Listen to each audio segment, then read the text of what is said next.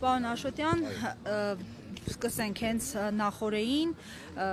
գործադիր մարմնի նիստի տարածած հայտարարությունից,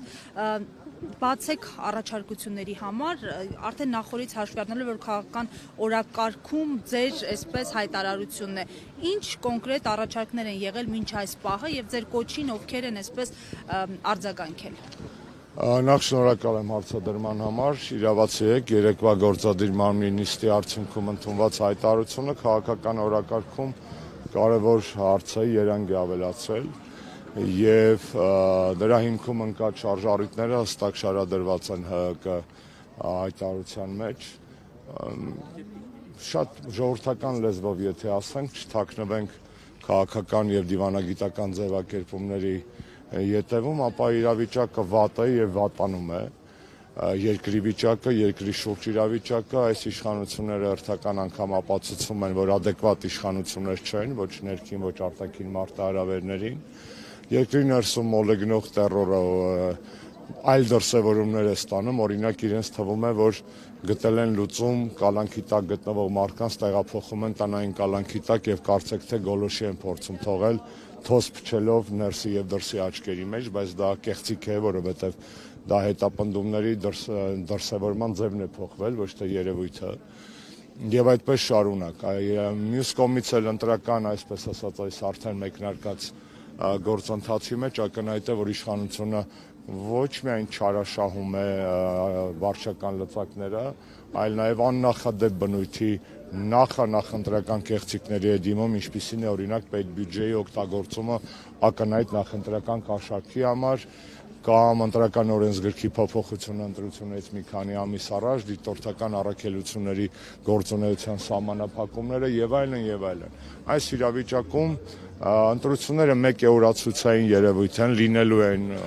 սահմանադրությամբ նախատեսված, օրենքներով նախատեսված կարգով։ Հարցը շատ պարզ է, այդ ընտրությունները ինչպիսին պետք է լինեն եւ այդ ընտրություններով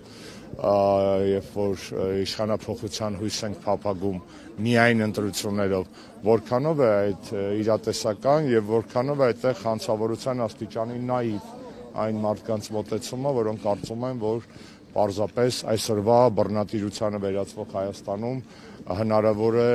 ընտրություն, ինչպես երեք ենք ասել, ազատ, արդար եւ ժողովրդավարական ընտրություններ ունենալ եւ նորից են կրկնում միայն ընտրությունը բավարար հիմք չենք համարում, կանխատեսելի է դա, տեսնում ես, որ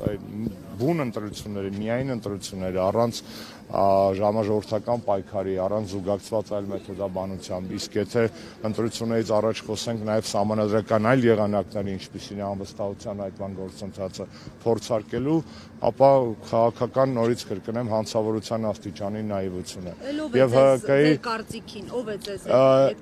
ես վստահ եմ, որ այս process-ի հետ կապված շատ ու շատ համախոհներ մենք ունենք հանրային սեկտորում, հասարակական սեկտորում, եւ կարծում եմ, որ այն հիմնավորումները, որ մենք շարադրել ենք երեկվա հայտարարության մեջ, անտարբեր չեն թողնի նաև մեր քաղաքական գործընկերներին։ Այս պայդրությամբ, եթե անգամ ինֆորմացիա ունենայի, ձեզ չի ասի, թե ով է կոնկրետ դիմել, բայց ձեզ հավաստիացնում եմ, որ process-ը կլինի հասարակական, հանրային ուշադրության հաշվետվողականության կենտրոնում, որքանով այդ process-ները թույլ կտան։ Դուք գիտեք, որ նման բանակցությունների մի զգալի մասը, նման խոսակցությունների մի զգալի մասը, որպեսզի արդյունավետ լինի, պետք է գոնե սկզբում լինի դռների հետևում եւ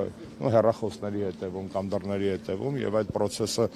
reality show չի, որ ուղիղ եթերում հեռարձակվի։ Ուղիղ եթերում մեր երկրում կարելի է նայել ինչպես է Նիկոլը ուտում կուկուռուզ կամ ինչպես է սրբում կարկանդակ ուտելուց հետո իր կեղտոտ ձեռքերը ալենի վրա,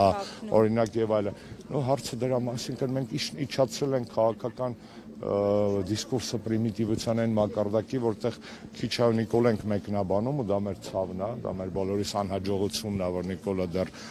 վարչապետը եւ նյուզմեյքերը այդ իմաստով մի հատ էլ արձագանքում ենք իր անմակարդակ էժանագին բաներին, ֆրթոններին, այսպես ասած, Ես դա չեմ համարում, ինքը փորձում է մեզ իջացնել, կներեք Մերի ջան, իր մակարդակի, որտեղ ինքը իրականում անմրցելի է, որովհետև մեկ ներվայնանում ես մեկը ես,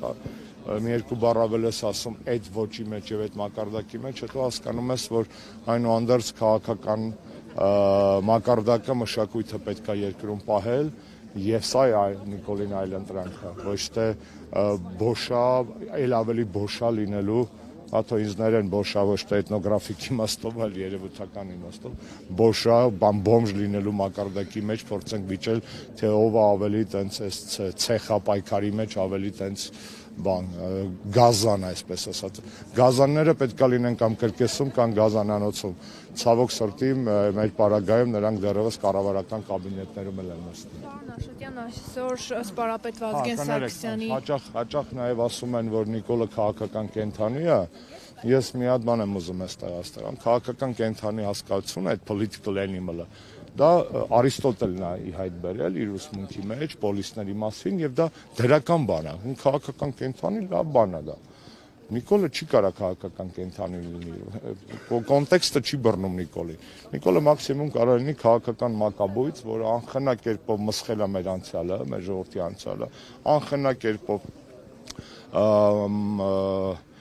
պղտորում է թունավորում է մեր ժողովրդի ներկան եւ անխնա կերպով նաև անորոշ է դարձնում եւ վտանգավոր մեր ժողովրդի ապագան։ Նիկոլը քաղաքական կենդանի չի, Նիկոլը մաքսիմում քաղաքական մակաբույց է։